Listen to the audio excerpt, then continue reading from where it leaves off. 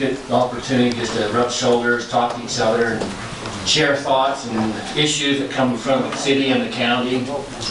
And also, really like about it, it helps build that relationship between the two of us, because what we do in the city and what the county does in the county affects both of us. And working together for the best interest of our citizens, by being able to meet here tonight and be able to talk about a few things. There's nothing really hot on this subject, but there's a few things we're going to present tonight, probably new to both councils, and maybe we'll try to work together to resolve some of them. What I'd like to do tonight, there's a few new county council members in there. I think everybody knows each other, but instead of doing a roll call, I think I'll start with Mr. Bradshaw here, and just introduce yourself and tell us what city or county you represent, or what position you have in the county or the city. We'll start with Jeff and then rotate around this way, if you wouldn't mind. This will be with the record for Rick over there, so you know who everybody's here. Jeff Bradshaw, Heber City Council. Spencer Park, Wasatch County Council, County South. Brett Good, Heber City Council. Jerry Rigby with the Sheriff's Office. Dave Booth, the Chief of Police with the Heber City Police Department. Todd Bonner, Sheriff, Wasatch County. Mike Davis, Wasatch County Manager. Steve Farrell, Wasatch County Councilman at Large. Mike Peterson, County Council at Large. Heidi Franco, Heber City Council. Wayne Potter, Heber City Council. Ken Gritman, Wasatch County Council. I think it's Heber South. It's the west side of Heber. Anyway. Mark Nelson, Wasatch County Council, Midway. I'm Bart Mumford, Heber City Engineer. Tony Cutler, Planner for Heber. Mark Anderson, City Manager. I'm Alan McDonald, Heber City Mayor. Probably get the record also at 6, we'll say 6:15 for you. It's January 15, 2017. Another year is in front of us for some great opportunities for all of us to look forward to. To begin tonight with, we've got kind of a few agenda items that we'll get through and look at them. And to start with, we have a discussion on the western bypass. That's a subject that comes up between both councils and a lot of the citizens in our valley talk about. Mr. Bart Munford from the city is going to do a presentation of what the city has currently in our planting, property required, and also the layout of the road. We understand also that the UDOT has requested the budget with 110 feet, 102 feet. Bart, I think we'll go over that right away, so it's probably a 5-lane road to go to that bypass road. There's a few pieces of property the city still probably has to acquire some more land from to be able to make those distances, but we'll work it out at the time. But Bart's going to do a presentation to us and show us what we've acquired and what's available. And if the county has somebody else, Mike or someone's going to present what the county has, and we probably ought to eventually, I don't know if the county has a map or something, and see what pieces we've acquired, and then maybe on that map show what pieces we need to look at in the future to look at. So Bart's map will cover it. Bart's got that already. Bart.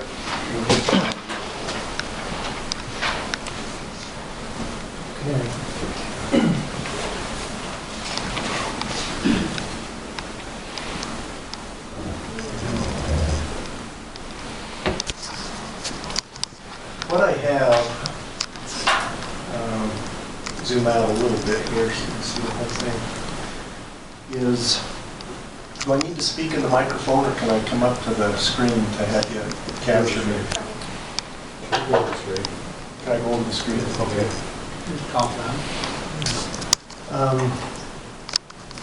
We put together a map, and I know you can't read it, so I'll explain what it is. What our understanding is the right-of-way acquisition situation is for the bypass roads. Typically, we kind of refer to this up here, red ledges on down, kind of more of the east bypass, down from Highway 40 around the west side of town over to Southfield Road area, 1200 west. We refer to this as the west bypass, and I think that's the one of greater interest to a lot of people. And then this leg that comes up from Southfield Road, 1200 west area, clear up to Highway eventually 40. That's more, we refer to that as the south bypass. starting up at the north end of the city, we have up here, you'll see some different colors. Yellow is future, it's not acquired yet. Blue is property that's currently secured and owned. Green is also secured and owned. The difference between green and blue is just blue was dedicated to the city or the county. Green had to be purchased. It was purchased and in some cases reimbursed by the corridor preservation funds. So starting up at the north end of the city, we have secured up here. Bart, can you enlarge it a section at a time? Sure. Just so I'm not squinting as much, please.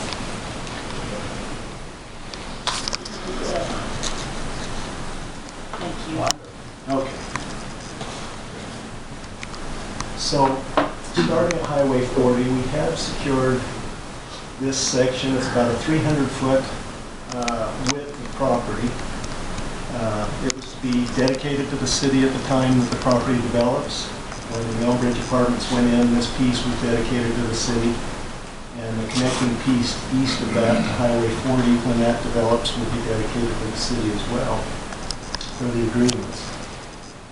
If we go west of that, this is then gets into the county. That hasn't been secured yet.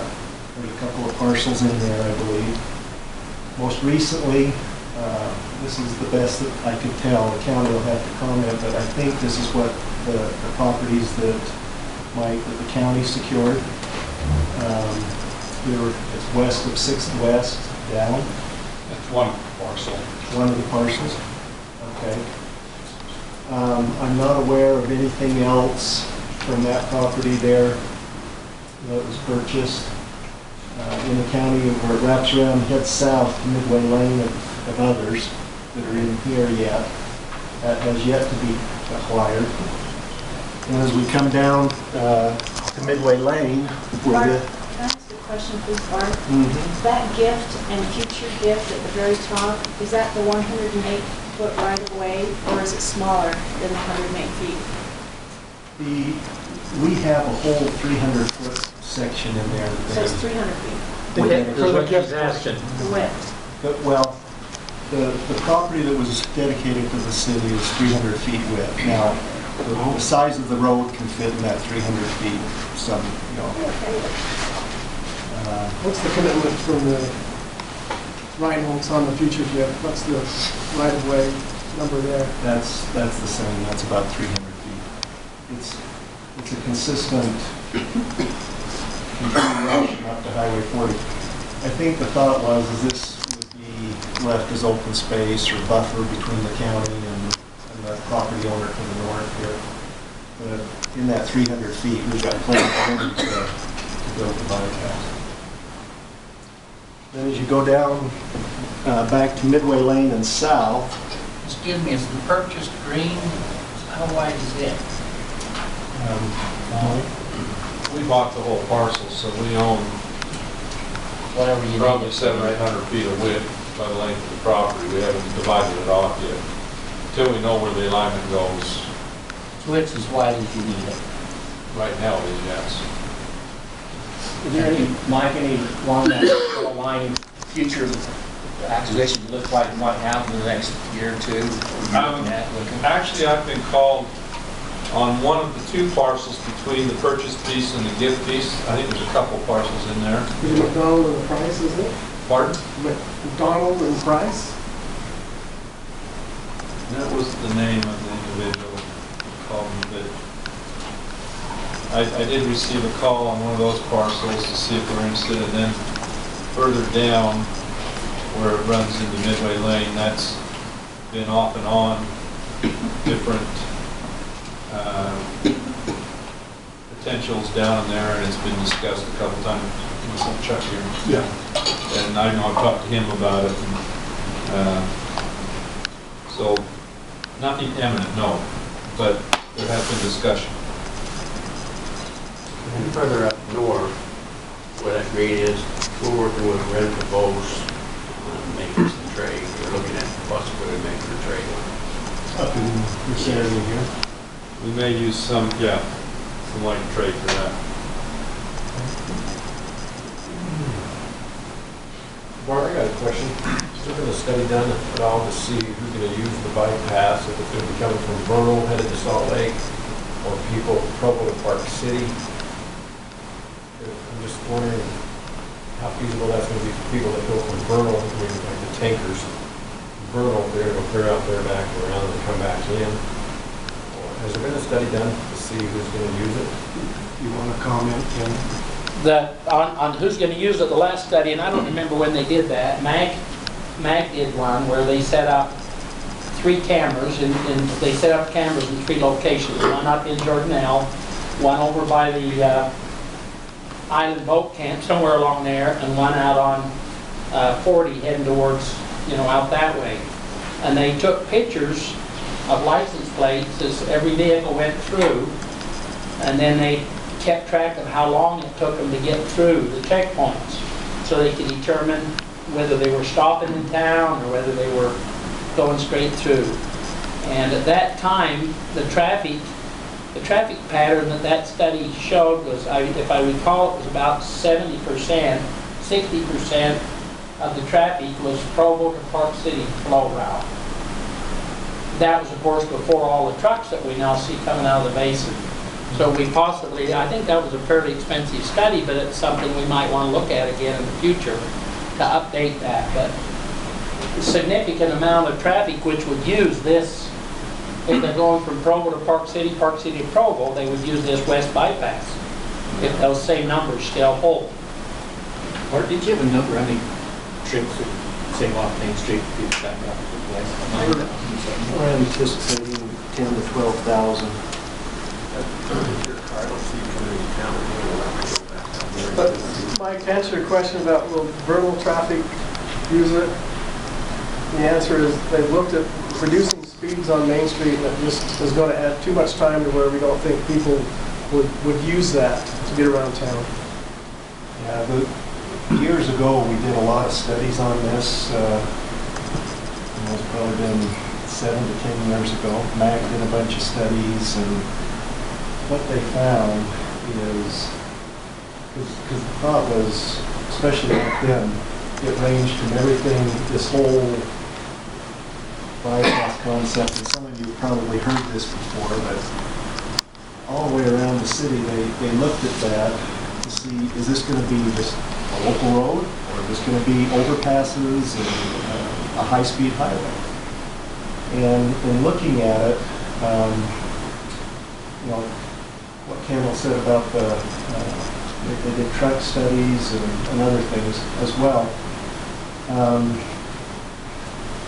The idea of trying to get, this is primarily, the quick answer is this is primarily for the Park City Provo traffic. So they would come up, can they come up Southfield and line in? Okay, because I don't see it coming all the way to Walmart and they get left.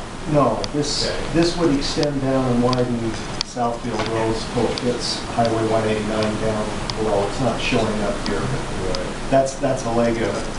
And what they did is they did timings and they tried to take the extreme case of pushing this route up to 55 miles an hour, put stoplights at every intersection in town, reducing it down to like 25 miles an hour or something. And it was still quicker for them to go through town than to take this route, just because it's so long.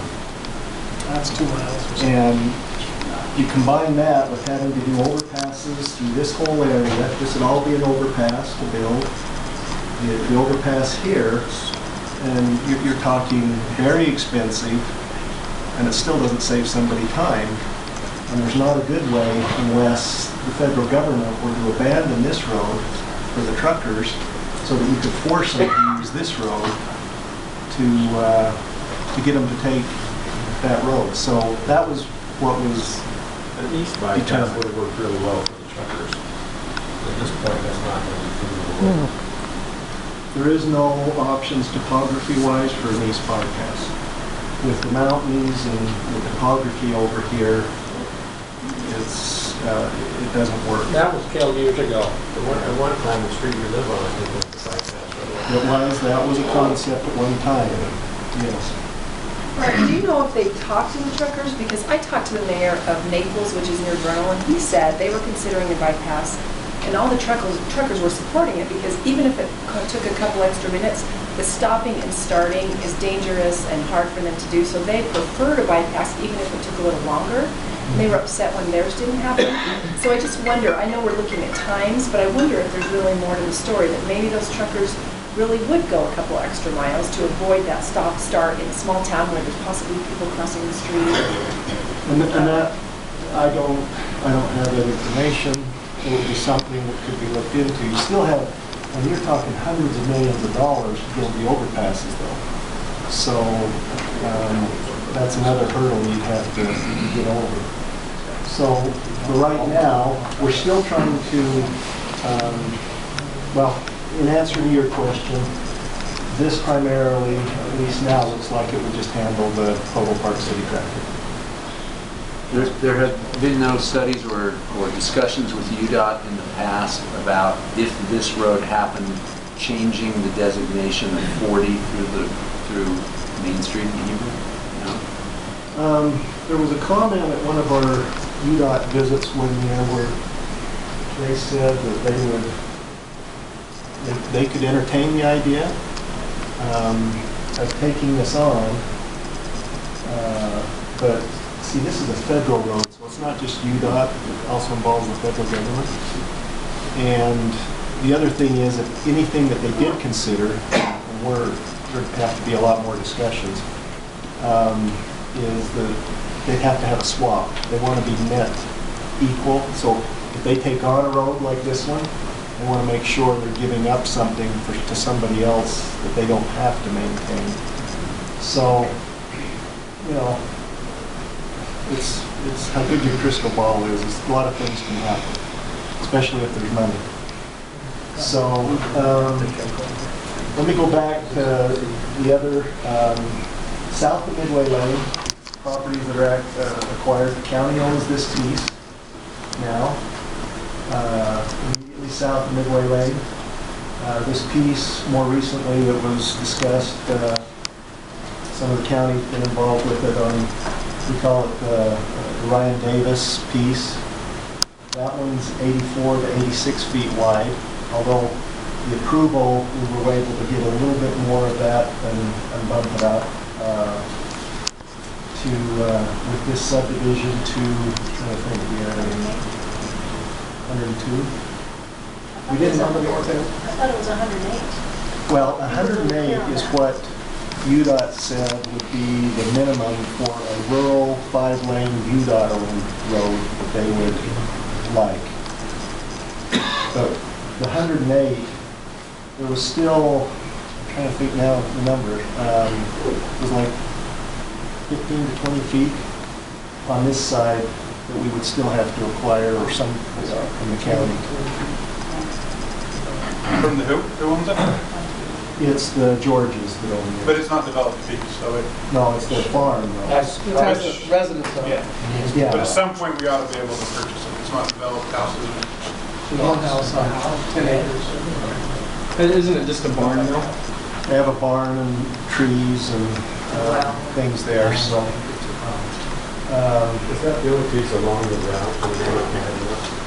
No, the others. So this one we currently have 84 to 86 feet. At the time, that was what our understanding was, is that was needed. And that's grown over time. It's a little bit wider now when this develops. They've agreed to dedicate the east side a little bit more, but it's still not the full 108 feet. We have 84 feet also down here, west of south of 650 South. That one we purchased, we're reimbursed with corridor preservation funds.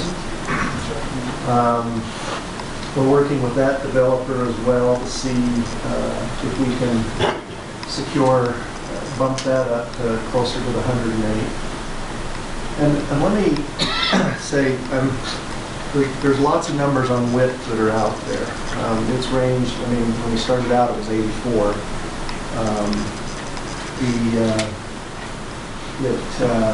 in the report, some of the reports, it stated kind of an average number of 110 feet. It all depends on what the situation is, but it's somewhere around that 110 feet. In this case, UDOT did an analysis. They said 108 feet would work with if you had shallower slopes on the side of the road. If you have steeper slopes, you're going to have a little bit more. And that's not an exact number. That's for a rural road, not only for the road, shoulders, and for clear area, clear zone beyond that can't have anything in it. So you're looking at a standard UDOT typical rural 5-lane cross section for that. Bart, Yes. that 110 feet was established in 2008 in this Heber City bypass study done by PEC. And they state right in there on the front page, upon reviewing the UDOT standards, PEC recommends the bypass cross-section plan for 110 feet right-of-way width. Yeah, So that's when it was set to 110. Yeah, but we acquired the property in 2004. Yeah. So, you know, and there's little things that can be done when it ever gets down the road at that time to adjust that a little bit. But that's still a good number to be targeting. So we've got 84 feet here. We're working with that developer. There's still a gap here that's in the county. This was annexed. This is south of this purchase piece. Before you hit, I can't remember what this road is. 12 South. Before you hit 12 South, you have the gap that's not acquired. But this is a Nichols annexation, and we have acquired the right for a piece down here through the Nichols annexation that's come into the city. And I did confirm that we actually do have it. How wide?